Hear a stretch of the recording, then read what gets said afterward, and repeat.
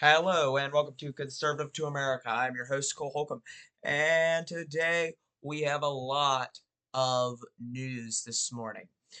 Last night's episode of the Stephen Colbert Show was even more evidence why that 1 hour, 2 minute unfunny late night propaganda is getting canceled. The Trump America First tariffs took effect this morning at 12 a.m. today. At least a good amount of them. However, the majority of them will end up taking effect. It looks like August the 7th, but they took effect at midnight. President Donald Trump is increasing the tariff on Canada from 25% to 35% beginning today. That's the big tariff that will begin today. Um, they are the U.S. neighbor that, after they failed to help curb the imports of fentanyl and other illicit drugs, they were given a warning. They said, fix this or your tariff will be raised. They didn't fix it, so their tariff got raised. That's reasonable. Kamala Harris, of course, last night was on the Stephen Colbert Show. Last night, I stayed up to watch the cackling hyena known as Kamala Harris. It was rough, to say the least, okay? But I would say probably the biggest story from last night. There were two stories that you probably run with today, and probably most political news networks will be talking about. Um, they asked Kamala, who's the leader of the Democratic Party, and her response is really it's amazing because it announces it lets other Democrats know that there's uncertainty even in the top. There is a lot of uncertainty even in the top of the Democratic Party who the leader is. And whenever you don't have a leader, you can't win elections. They don't have anyone who can run around the nation campaigning for them. I mean, sometimes it's former presidents who are leaders, but right now they don't even have that. So last night I stayed up to watch the cackling hyena known as Kamala Harris, and this is what she had to say. When confronted about who's the leader of the Democratic Party, uh, by Colbert, she said, there are lots of leaders. Then Colbert responded, who comes to mind? That I think there are a lot of I'm not going to go through names because then I'm going to leave somebody out, and then I'm going to hear about it, Kamala said. So, of course, I understand why she wouldn't say that, but she's saying that there's multiple leaders and there can't be one. I mean, really, in reality, he said who comes to mind? Like typically there's one leader, and he even brought that up. Typically there's like this one guy, and that's true. The Republicans for the longest time, they've had this one guy that they've looked to. His name is Donald Trump for the past 8 years, and soon to be, really 10 years up on this midterm. Um, but it's really amazing that Democrats, they don't have a leader. I mean, it's crazy that that is even possible. Um, so another thing in news on that, Kamala Harris last night rolled out a presidential run. Thank goodness, Kamala Harris rolled out a presidential run. She said she just didn't think it was the time. What she said was, she said she didn't want to be in that nasty political system. Yeah, you're right, Kamala. I wouldn't want to be in a system either that really showed me for who I was, where jobs were given on the basis of merit. Um, but anyway, she was like, that nasty political system. I don't want to be on the nasty political system anymore. Yeah, okay. Okay, Kamala, I got a message for her. Yeah, whenever she said that, she said, that's why I'm not going to run for governor. Okay, that's so weird because there's a reason why it's so nasty to her. It's because um she's frankly lied to the American public. She's unelectable. Why? Because in short, she's kind of odd to the American voter. She's kind of strange. Her personality is. So, I mean, it's understandable. Go watch a few clips of her. You'll see what I mean. Okay. And news about Senator Josh Hawley, as we were talking yesterday about how the U.S. Senate advanced the Pelosi Act in committee. Well, U.S. Senator Josh Hawley was the only Republican senator to join Senate Democrats to advance the Pelosi Act.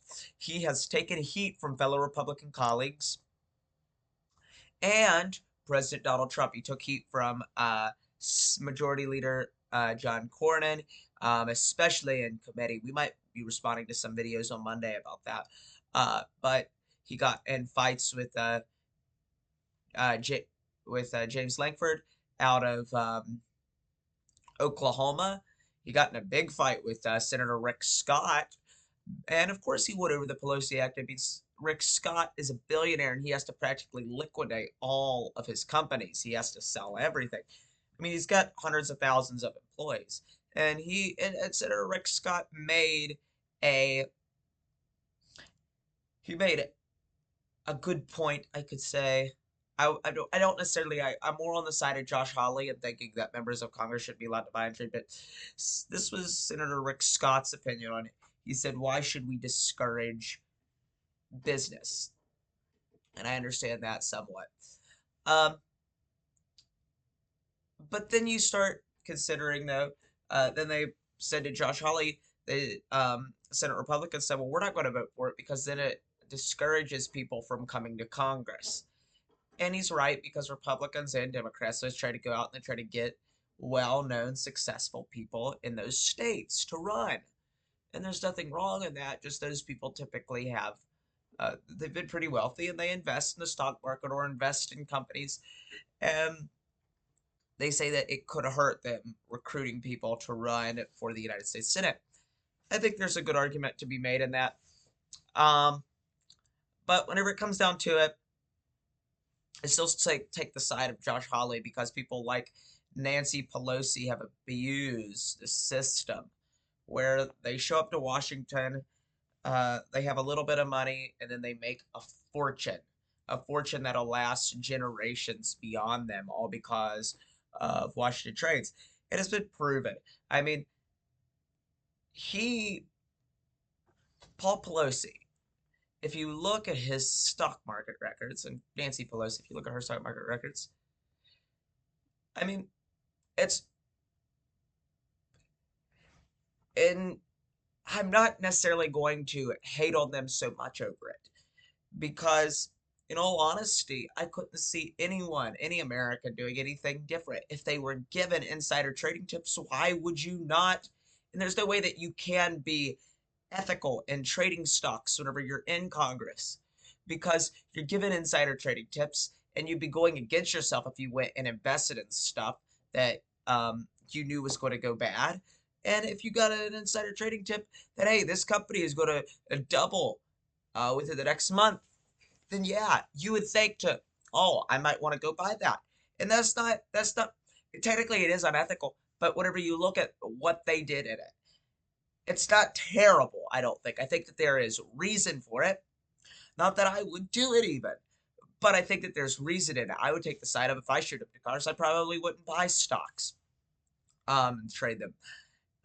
Like Josh Hawley does. He doesn't buy and trade stocks. He doesn't invest in business because why? He doesn't want to be unethical in Washington and be accused of be accused of crimes while he's there, or have a scandal. Why? Because Josh Hawley realizes he's there to serve the people, and the less scandals possible, the better. So, as I said, that Donald Trump was criticizing him, this is what he said. He said, why would one Republican senator, Josh Hawley from the state of Missouri, join with all the Democrats to block a review sponsored by Senator Rick Scott with the support of almost all other Republicans, Nancy Pelosi's stock trading over the last 25 years?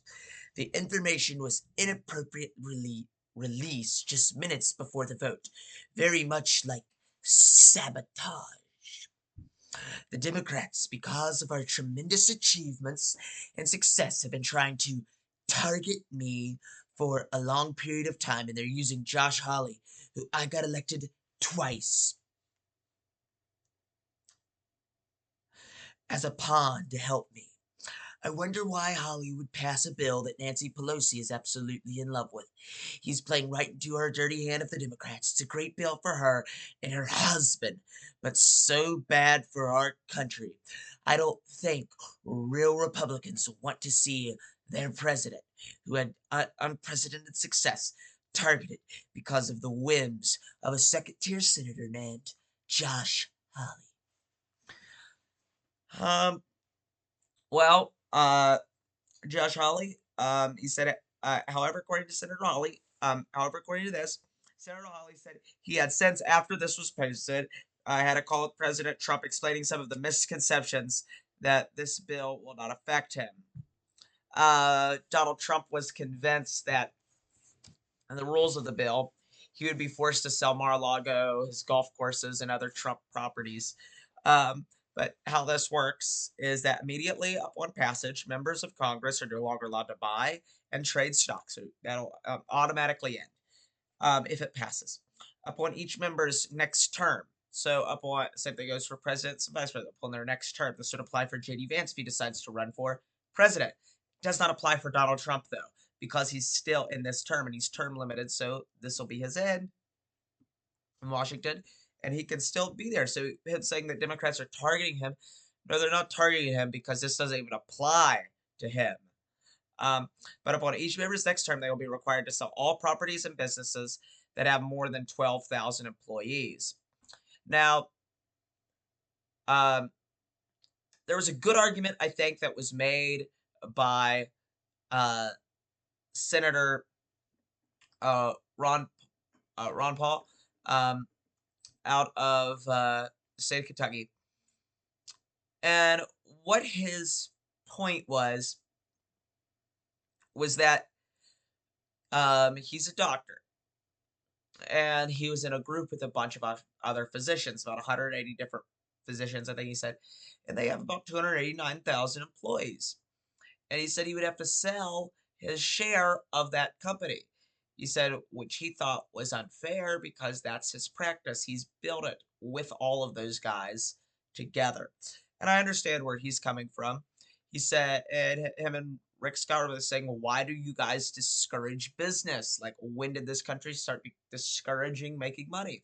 And I think they both make wonderful arguments. Do I necessarily agree with them? No.